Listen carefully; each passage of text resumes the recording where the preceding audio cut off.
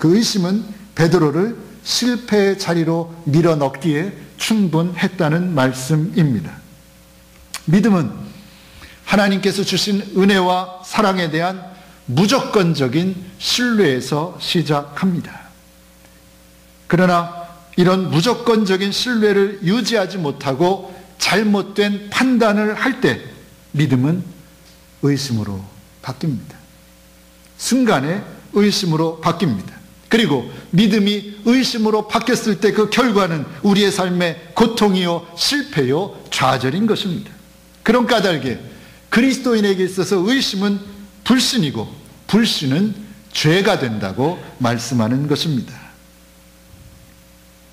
그런 면에서 하나님의 말씀 또는 하나님의 사랑 또는 하나님의 섭리하심에 대한 의심이 내 안에 들기 시작한다면 그것은 지금 내 신앙이 위험 수위에 다다랐음을 가르쳐 주는 것입니다.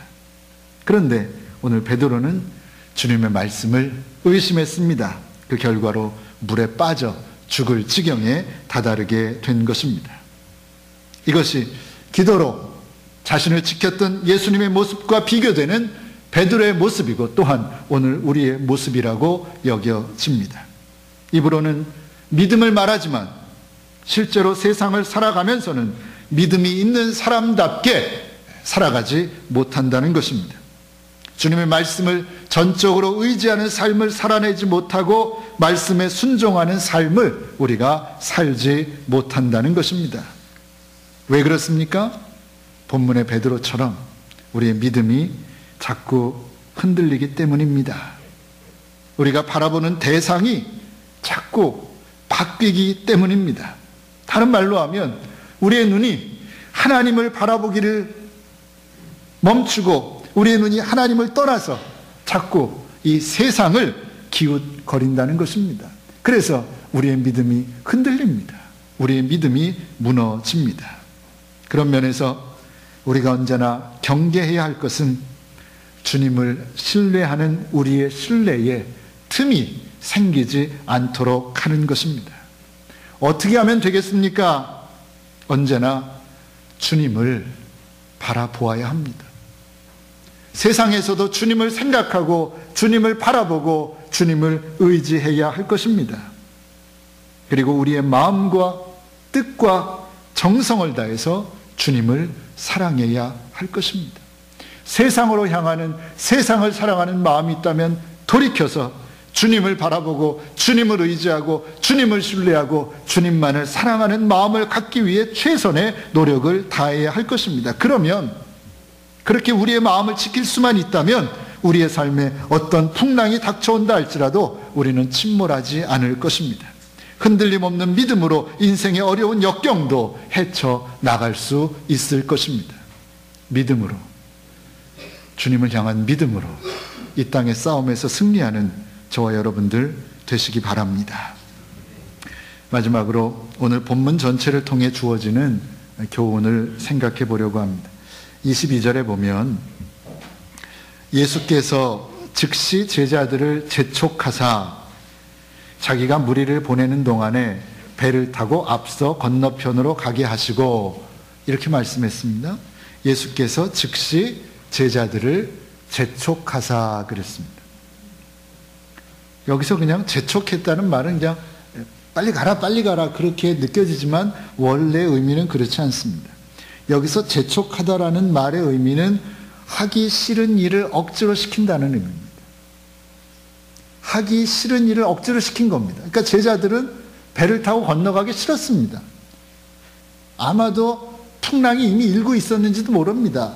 아니면 풍랑이 일 어떤 조짐이 보였는지도 모르죠. 거기서 잔뼈가 굵은 제자들이니까 알았을 거 아닙니까? 그러니까 가기 싫었을 거라고요. 이 상황에서 배 타고 가는 건 위험하다는 걸 느꼈을지도 모릅니다. 그래서 싫었습니다. 그런데 주님이 싫은 일을 억지로 시키신 겁니다. 그래서 예수님께서 마음을 내켜하지 않는 제자들을 강제로 떠밀어서 이 항해를 시작하게 한 것입니다. 그리고 나중에는 심한 풍랑까지 만나게 하신 것이지요. 자, 무엇을 알 수 있습니까?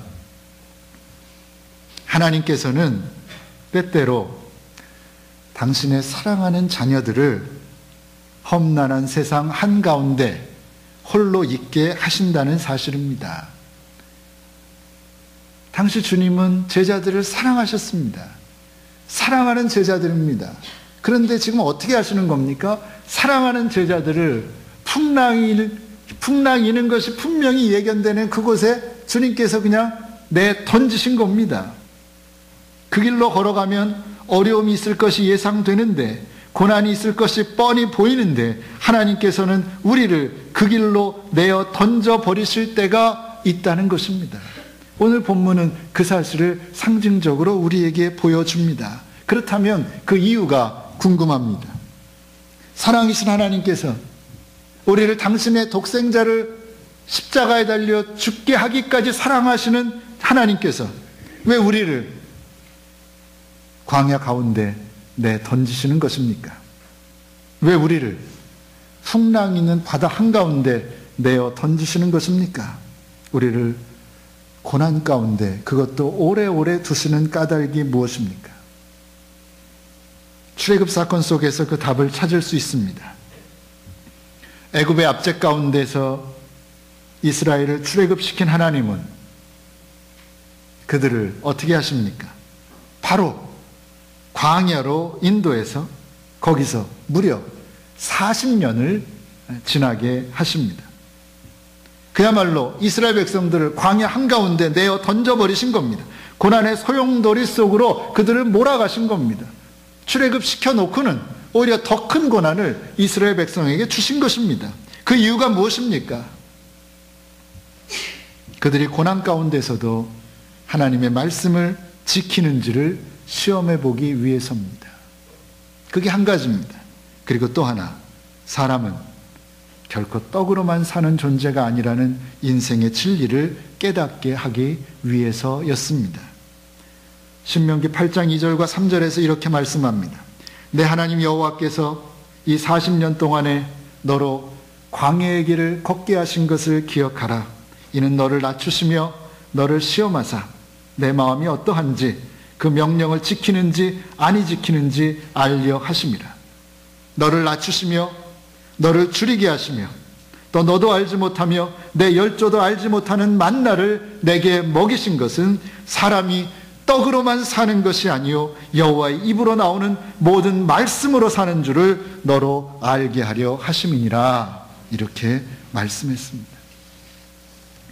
사람은, 하나님의 형상을 입은 사람은 떡으로만 사는 것이 아니라 하나님의 입에서 나오는 말씀으로 산다는 진리를 깨닫기 위해 출애굽한 이스라엘 백성들에게 무려 40년이라는 시련의 시간이 필요했던 것처럼 인간은 돈으로, 물질로만 사는 존재가 아니라 하나님의 말씀으로, 믿음으로, 소망으로, 사랑으로 사는 존재라는 그 진리를 깨닫게 하기 위해서 하나님은 사랑하는 사람들에게, 사랑하는 우리들에게, 당신의 자녀들에게 고난이라는, 고통이라는 선물을 주신다는 것입니다.